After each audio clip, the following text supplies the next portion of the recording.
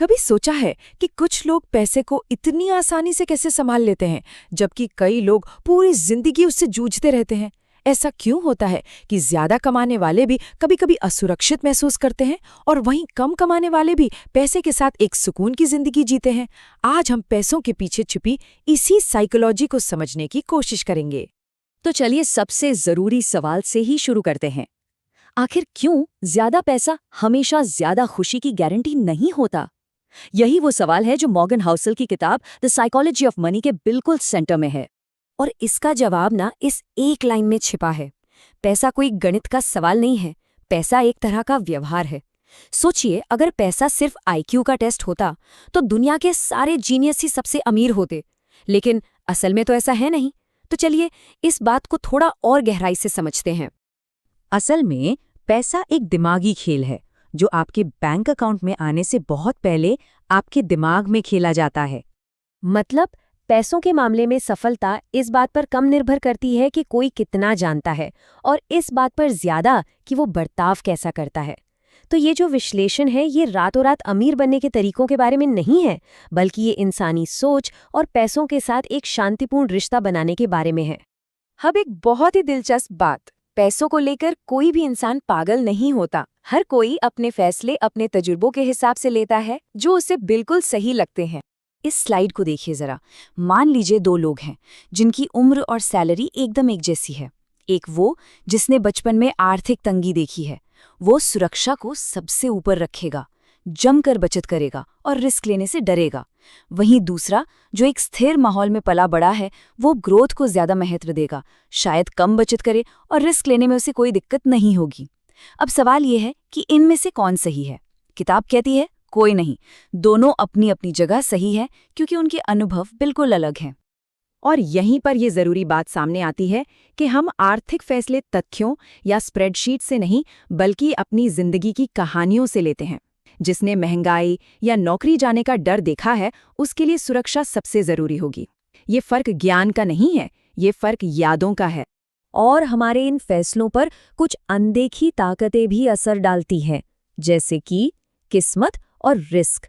हमें अक्सर लगता है कि सब कुछ हमारी मेहनत और स्किल का नतीजा है, लेकिन सच तो ये है कि सफलता और असफलता दोनों में ही किस्मत और रिस्क का एक बहुत बड़ा हाथ होता है। और इनके साथ ही डर, लालच और अहंकार जैसे इमोशंस अक्सर हमारे लॉजिक पर हावी हो जाते हैं। अब बात करते हैं एक और बड़े मनोवैज्ञानिक जाल की।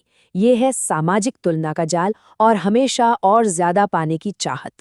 पता है पैसों की दुनिया में सबसे खतरनाक शब्द कौन से हैं? बस थोड़ा और पैसा, बस थोड़ा और बड़ा घर, बस थोड़ा और स्टेटस। प्रॉब्लम और में नहीं है, प्रॉब्लम ये तय न कर पाने में है कि आखिर रुकना कहाँ है। और यहीं पर आता है काफी या इनफ का कॉन्सेप्ट। देखिए, ये कोई नंबर नहीं है, ये एक दिमागी सुकून की हालत है। ये वो पॉइंट है जहां दूसरों से होड़ की वजह से या अपने अहंकार के कारण गैर जरूरी रिस्क लेना बंद कर दिया जाता है। इसका सीधा मतलब है कि अब आप कंट्रोल में हैं, बाजार के गुलाम नहीं। तो आर्थिक सफलता का पहला कदम और ज्यादा कमाना नहीं है, बल्कि ये तय करना है कि काफी कितना है। क्योंकि जब मंजिल का ही पता ना हो तो महत्वाकांक्षा बहुत खतरनाक हो सकती है, वो आपको ही तबाह करने लगती है। अब एक ऐसे हथियार की बात करते हैं जो पैसे से भी कहीं ज्यादा ताकतवर है, और वो है समय।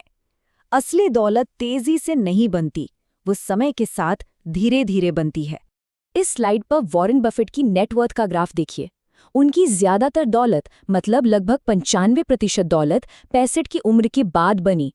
सोचिए, अगर वो 60 की उम्र में रिटायर हो जाते तो आज हम उनकी मिसाल नहीं दे रहे होते। उनकी असली ताकत उनकी इन्वेस्टमेंट स्किल से भी ज्यादा लंबे समय तक टिके रहना थी। यही तो है कंपाउंडिंग की असली शक्ति। और इसीलिए कहते हैं कि बाजार में सही समय का इंतजार करने से ज्यादा जरूरी है बाजार में समय बिताना। लोग सही टाइमिंग ढूंढते ढूंढते सालों बर्बाद कर देते हैं, जबकि एक औसत फैसला भी अगर लंबे समय तक बना रहे तो वो असाधारण नतीजे दे सकता है। एक और बात, पैसा कमाना और उसे बनाए रखना, ये दो बिल्कुल अलग अलग स्किल हैं। पैसा कमाने के लिए आपको रिस्क लेना पड़ता है, आशावादी होना पड़ता है, थोड़ा आक्रामक होना पड़ता है। लेकिन पैसा बनाए रखने के लिए उसके लिए विनम्रता चाहिए, धैर्य चाहिए और सबसे ज़रूरी, ऐसे बड़े रिस्कों से बचना ज़रूरी है जो आपको पूरी तरह से ख़त्म कर सकते हैं। तो आखिर में सवाल ये उठता है कि पैसे का असली मकसद क्या है? क्या ये सिर्फ महंगी चीज़ें खरीदना है या कुछ और है? यहाँ अमीर होने और दौलतमंद होने के बीच का फर्क समझना बहुत जरूरी है। देखिए, अमीर होना वो है जो सबको दिखता है, ऊंची इनकम, बड़ी गाड़ियां, महंगे खर्चे, जबकि दौलतमंद होना वो है जो दिखाई नहीं देता। ये आपकी बचत है, आपके निवेश हैं और आपकी वित्तीय आज़ादी है। जो पैसा बचाया जाता है वही असली दौलत है। अक्सर लोगों को लगता है कि महंगी चीजें खरीदने से उन्हें सम्मान मिलेगा, लेकिन यहाँ एक दिलचस्प पैराडॉक्स काम करता है। जब कोई किसी को महंगी कार चलाते हुए देखता है तो वो उस ड्राइवर की तारीफ नहीं करता, बल्कि वो खुद को उस कार में बैठे हुए इमेजिन करता है। मतलब साफ है, दूसरों को इम्प्रेस करने के लिए किया गया खर्च अक्सर बेकार ही जाता है। तो फिर पैसे का सबसे बड़ा फायदा क्या है? वो लग्जरी नहीं है, वो है अपनी जिंदगी और अपने समय पर कंट्रोल होना। ये आज़ादी कि क्या करना है, कब करना है और किसके साथ करना है, सच मानिए यही दौलत का सबसे ऊंचा रूप है। अंत में ये सवाल सिर्फ ये नहीं है कि कोई कितना कमाता है।